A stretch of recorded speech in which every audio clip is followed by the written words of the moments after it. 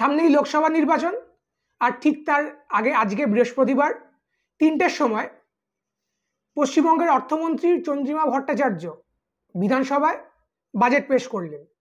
এই বাজেটে মমতা সরকার একদিকে যেমন কেন্দ্রের মোদী সরকারকে চ্যালেঞ্জ করলেন, এক্সপোজ করলেন, তার সাথে কিছু প্রশ্নও কিন্তু ছেড়ে গেলেন।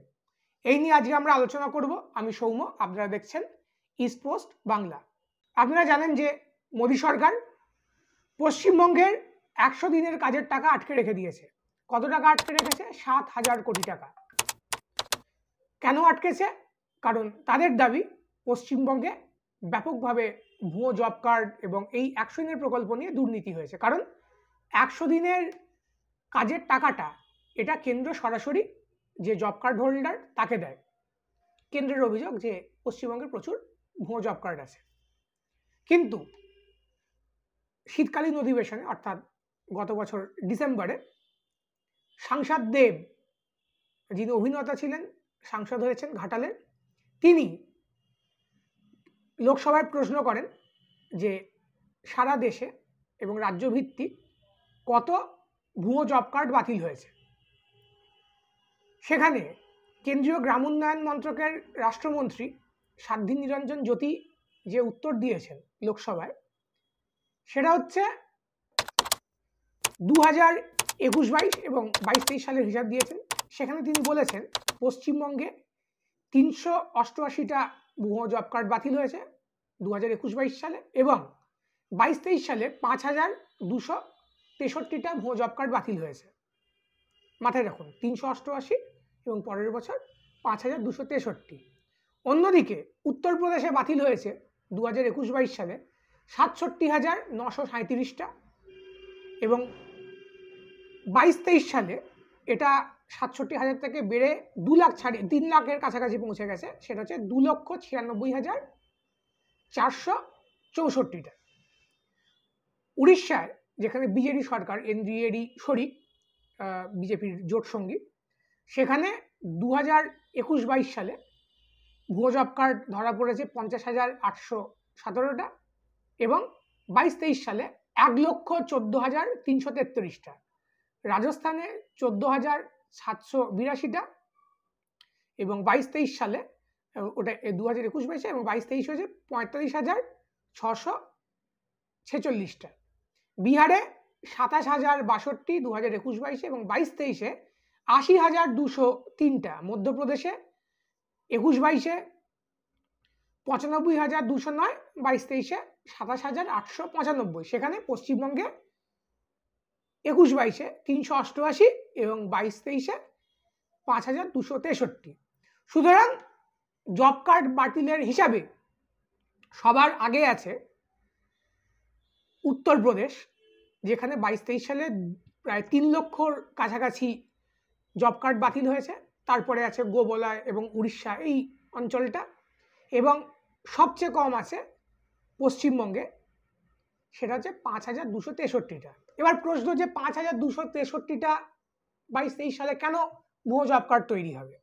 কিন্তু এটা যেমন একটা প্রশ্ন, তেমনি এটাও ঠিক 5,263টা 2022-23 সালে ভুয়ো জব কার্ড থাকার জন্য যদি পশ্চিমবঙ্গের এই 100 দিনের কাজের প্রকল্প দেওয়া, টাকা দেওয়াটা বন্ধ হয়ে যায়, তাহলে উত্তরপ্রদেশের কি হয়েছে, উড়িষ্যার কি হয়েছে, রাজস্থানের কি হয়েছে, বিহারের কি হয়েছে, মধ্যপ্রদেশের কি হয়েছে? কারোটাই হওয়া উচিত নয়। ভুয়ো জব কার্ডের বিরুদ্ধে তদন্ত হওয়া উচিত, কিন্তু গরিব মানুষের টাকা, যারা সত্যিকারে যারা জব কার্ড হোল্ডার, যারা খেটেছেন, তাদের টাকা আটকানো উচিত না। কিন্তু পশ্চিমবঙ্গের ক্ষেত্রে কোথাও হয়তো তৃণমূল সরকারকে একটু টাইট দিতে গিয়ে মোদী সরকার আসলে গ্রামের গরিব মানুষের উপরেই তাদের পেটে লাথি মেরে দিয়েছে। আপনারা জানেন যে এই প্রকল্পটা নেয় ইউপিএ 1 সরকার, যারা 2004 সালে ক্ষমতায় আসে, 60 জন বাম বিধায়কের সমর্থনে এবং বাম সাংসদদের সমর্থনে, এবং 60 জন বাম সাংসদদের দাবিতে, তাদের চাপেই এই রাইট টু ইনফরমেশন, তথ্যায়নের অধিকার বা 100 দিনের প্রকল্পের মধ্যে আরো বেশ কিছু আইন নিয়ে আসা হয়। এই প্রকল্পের টাকা কেন্দ্র সরকার সরাসরি যারা জব কার্ড হোল্ডার তাদের দিয়ে থাকে। কিন্তু এবার কেন্দ্র সরকার যখন 7,000 কোটি টাকা আটকে রেখেছে, এই সময় এই ইস্যু নিয়ে মমতা ব্যানার্জি এবং তার দল দিল্লিতেও তারা বিক্ষোভ দেখিয়েছে। কিন্তু এবার বাজেটে তারা যেটা করেছে, তারা বলে দিয়েছে যে কেন্দ্র সরকার যে 7,000 কোটি টাকা দিচ্ছে না, তার মধ্যে 3,700 কোটি টাকা মমতা বন্দ্যোপাধ্যায় সরকার রাজ্যের কোষাগার থেকেই মিটিয়ে দেবেন। অর্থাৎ এর অর্ধেকের বেশি টাকা রাজ্য সরকার, যেটা কেন্দ্রের দেওয়ার কথা সেটা রাজ্য সরকার নিজে মিটিয়ে দেবে। এতে 21 লক্ষ শ্রমিক, যারা সাপ্লায়ার তারা টাকা পাবে না, কিন্তু যারা কাজ করেছে, লেবার দিয়েছে, তারা সেরকম 21 লক্ষ মানুষ এর ফলে উপকৃত হবেন। এছাড়া মমতা বন্দ্যোপাধ্যায় সরকার কর্মশ্রী বলে একটা প্রকল্প চালু করেছে, যাতে তিনি বলছেন যে 100 দিনের কাজ যেহেতু কেন্দ্র সরকার করাচ্ছে না, ফলে তিনি নিজেই অর্থাৎ রাজ্য সরকার 50 দিনের কাজ দেবে, অর্থাৎ 50 দিনের কাজের টাকা রাজ্য সরকার দেবে। এইটা একটা বড় ধাক্কা মোদী সরকারের উপরে। একদিকে সংসদে মোদী সরকারের নিজের মন্ত্রী জানিয়ে দিয়েছেন যে পশ্চিমবঙ্গে ভুয়ো জব কার্ডের সংখ্যা সবচেয়ে কম। অন্যদিকে এই সময় কেন্দ্র সরকার যখন টাকা দিচ্ছে না, তখন তার পক্ষপাতিত্ব নিয়ে প্রশ্ন উঠছে, গরিব মানুষের পেটে লাথি পড়ছে। এই সময় মমতা বন্দ্যোপাধ্যায় সরকার যখন নিজে থেকে 50 দিনের কাজ ঘোষণা করে দিল, এটা কিন্তু কেন্দ্রের প্রতি একটা বড় চ্যালেঞ্জ হিসেবেই দেখা উচিত।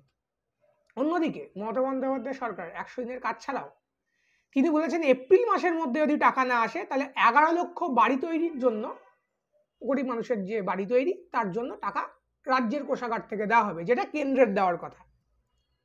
এছাড়াও লক্ষ্মী ভাণ্ডার প্রকল্পে, যেটা আগে ছিল জেনারেলদের জন্য 500 টাকা, এসটি এসসিদের জন্য 1000 টাকা, সেই 500 টাকাটাকে বাড়িয়ে 1000 টাকা করা হয়েছে, 1000 টাকাটাকে বাড়িয়ে 1200 টাকা করা হয়েছে।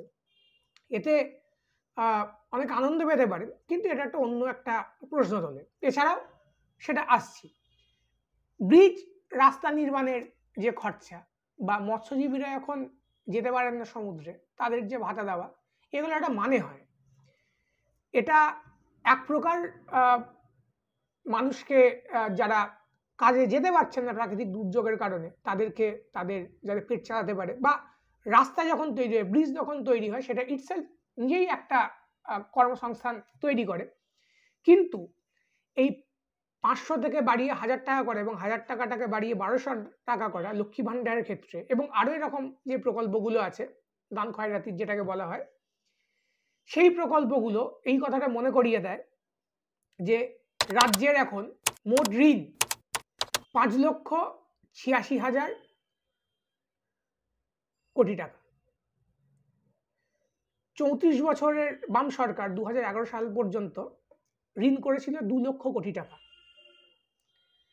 2011 থেকে আজ পর্যন্ত তৃণমূল সরকার, অর্থাৎ এই 12 বছরের সরকার, তারা কিন্তু 34 বছরে বামফ্রন্ট সরকার যে ঋণ করেছে তার 3 গুণ দ্বিগুণের বেশি ঋণ, তারা প্রায় দ্বিগুণের কাছাকাছি ঋণ তারা করে বসে আছে। এবং এই ঋণের টাকা, জিনিসপত্রের দাম বেরিয়েই কিন্তু এই লক্ষ্মী ভাণ্ডারের যে 1000 টাকা বা 1200 টাকা, সেটা কিন্তু তাকেই আবার বর্ধিত দাম দিয়ে, মুদ্রাস্ফীতির মধ্যে দিয়ে তাকেই আবার ফেরত দিতে হচ্ছে। অন্যদিকে যেইভাবে আসলে মানুষের কর্মসংস্থান বাড়ানো যেত, যে কর্মসংস্থান হলে মানুষকে আর দান খয়রাতি করতে হতো না, সেটা ছিল শিল্পায়ন, মানুষের কর্মসংস্থান। সেই শিল্পায়ন কর্মসংস্থান নিয়ে ব্যাপক কোনো প্রকল্প এই বাজেটে কিন্তু দেখা গেল না। ফলত কেন্দ্র সরকারের বিরুদ্ধে চ্যালেঞ্জ হলো, তার বঞ্চনার বিরুদ্ধে প্রতিবাদ হলো, গরিব মানুষকে আশ্বস্ত করা হলো, কিন্তু কোথাও এই টাকাটাই যে রাজ্যের মানুষকেই আবার শোধ করতে হচ্ছে, একদিকে কেন্দ্রের ঋণের বোঝা, অন্যদিকে রাজ্যের ঋণের বোঝা, সমস্ত ঋণের বোঝা কিন্তু মানুষের ঘাড়েই চাপবে, যদি না মাটি থেকে, নিচে থেকে কর্মসংস্থানের জন্য সরকার ভাবে। এই নিয়ে আপনার কি মতামত অবশ্যই আমাদেরকে জানাবেন। আমাদের চ্যানেলটিকে সাবস্ক্রাইব করবেন, বেল আইকনে প্রেস করবেন, তাহলে আমাদের আগামী ভিডিও আপনার কাছে পৌঁছে যাবে। শুভরাত্রি।